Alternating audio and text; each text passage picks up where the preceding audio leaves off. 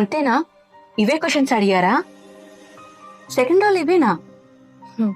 Thank you.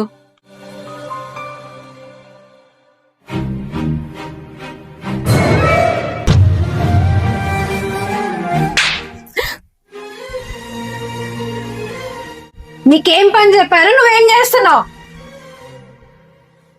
అంటే ఇదొక పిచ్చిది అలాగే వాగుతుందని నా పని నేను చేసుకుంటా అని ధీమానా?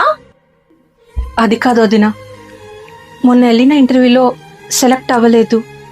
నా ఫ్రెండు ఇంకొక కంపెనీ రిఫర్ చేసింది. వాళ్ళు అడిగే సెకండ్ రౌండ్ క్వశ్చన్స్ తను చెప్తుంటే నోట్ చేసుకుంటున్నాను. ఒక 2 daysలో ఇంటర్వ్యూ ఉంది వదిన. జాబ్ వద్దన్నాగా, మరి ఇదేంటి?